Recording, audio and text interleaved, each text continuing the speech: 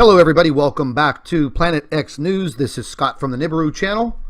A few hours ago we had a 6.1 magnitude earthquake far off the coast of Alaska in the Aleutian Islands. Actually, it was closer to Russia than it was to the United States. And we also have some space weather for you. We're going to do a space weather report for March 27th, 2017, because once again, we are going to have many issues with the coronal hole that is now facing Earth, and the solar wind speeds have gone up considerably, and we are definitely showing some abnormal activity that we do not want to see. We've also seen an increase in the magnitude of earthquake activity around the world. And there have been several alerts put up for this earthquake activity.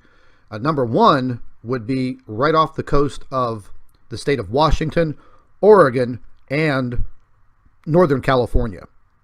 So you can see this coronal hole has now joined in with the coronal hole that has been constantly at the base of the sun for, well, I'd have to say more than 9 months now. We had the same issue back in the summer of 2016, where this large coronal hole encompassed the entire top of the sun. You know, that seems to have healed itself, but once again, ladies and gentlemen, we are continuing to have these coronal holes open up, and as they turn towards the Earth, they seem to get considerably larger. So we're going to go ahead and check out the actual solar wind speed, and it has actually picked up a little bit, not that much. The solar wind speed will be identified by the purple line that you see cutting across your screen here. And it was very, very low, about 395 kilometers per second. And as the night and the day has gone through since yesterday and leading up to today, it has actually picked up quite a bit, a little over 1 million miles per hour. I do expect these solar wind speeds to increase over the next 24 to 48 hours.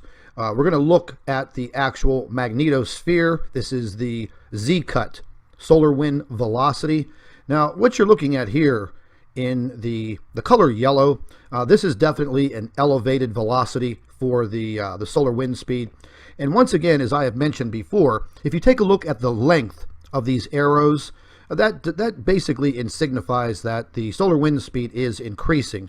Now, normal. When you look at this normally, you'll see this area here where you see my cursor. It will be either in the darker blue or the light blue, light shades of green. But as you can see, it is picking up into the yellow and the orange. The bow shock is lit up in orange. So we're definitely starting to get battered by the particles of this solar wind. Now, we're actually going to look at the magnetopause, and this is our bow shock right here. This is our protection from the solar radiation and the solar winds.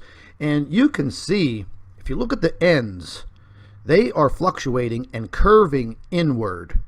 And that's kind of a bad sign, ladies and gentlemen. That's definitely not a good sign. And we're only looking at the data that has come in, and this is dated for today, March 27th. Now, they use universal time, so there are several hours ahead of the actual time where you're viewing this now. And right now it is 9:03 a.m. on the east coast of the United States. So I think we are going to be in for a definite rocky ride as far as the earthquake activity and also solar radiation. And we're going to get into that in a few minutes. Now, what you're looking at here is the magnetosphere Y-cut. And this is showing you the Earth's magnetic field lines. And, just by looking at this, it is very, very erratic. You can see that the Earth is being hit very hard at this point in time with these solar winds. And this is going to continue. This will probably continue for, I would have to say, at least the next 72 hours, possibly going into a fourth day. As far as radiation levels right now, definitely not looking good. Not looking good at all. What you're looking at here, normally, ladies and gentlemen, this area where you see where it's all enveloped in the orange and the red, normally this should be in the color blue or the very light aqua blue, and even in the green area.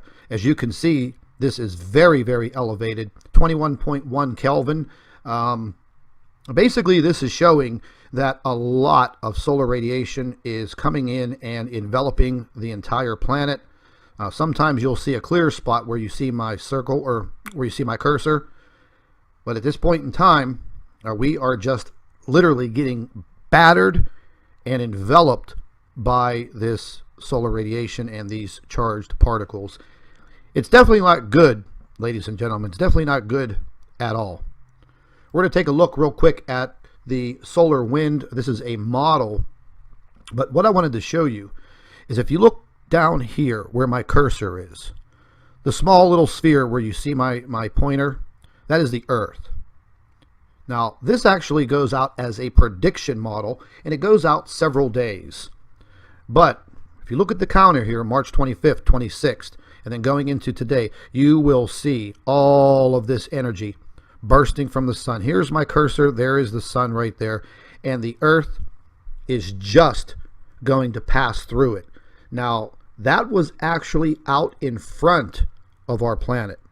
So we kind of got a little lucky in that aspect because we could have been directly in line with that, and the situation would be, it'd be a lot worse.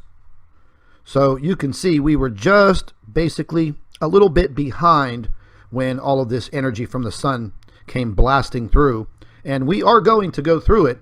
However, it will have passed somewhat, but it did put us in a higher energy level for the Earth going through. And you'll see right here, and if you look over here, this will actually show you where my cursor is. This will show you how this just passed right over the Earth, but the more intense solar wind is behind us. So that's kind of a good thing. But once again, you know, we are faced with this pretty big corona hole. Once again, this just seems to be non-stop over the past, well, I'd have to say 18 months now. I also want to remind everybody, tomorrow at 2 p.m., we're going to be interviewing and introducing our physicist, and she's going to be going over some information with us. A lot of what she has to go over will be pretty technical information, and we're going to try to hold some type of a question and answer. So if you have some questions, you'll be able to ask those questions if you are in the live chat. This will be at 2 p.m. Eastern Time tomorrow afternoon. So we will definitely try to get these questions answered. Also, in about an hour from now, I am going to go over 2 papers that she has submitted. Very, very interesting information on the planet Venus and the information on this brown dwarf star. So this is Scott from Planet X News and the Nibiru channel. Thank you for watching. Stay tuned, ladies and gentlemen. And ladies and gentlemen, as I always say, stay updated, stay informed, and stay tuned. If any of you are interested in prepping supplies, emergency food, and water, you can visit one of my associates, foodforliberty.com. Their link is in the description box under the video. Most importantly, make sure that you are subscribed to the Nibiru channel and Planet X News so you can stay updated and informed. And I would also like to thank you for watching and subscribing to our channel.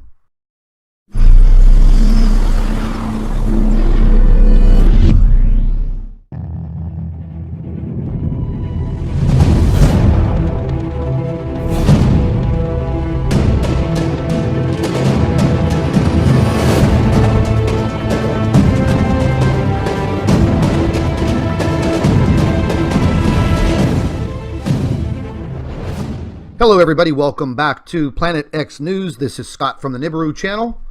A few hours ago we had a 6.1 magnitude earthquake far off the coast of Alaska in the Aleutian Islands. Actually, it was closer to Russia than it was to the United States. And we also have some space weather for you. We're going to do a space weather report for March 27th, 2017, because once again, we are going to have many issues with the coronal hole that is now facing Earth, and the solar wind speeds have gone up considerably, and we are definitely showing some abnormal activity that we do not want to see. We've also seen an increase in the magnitude of earthquake activity around the world, and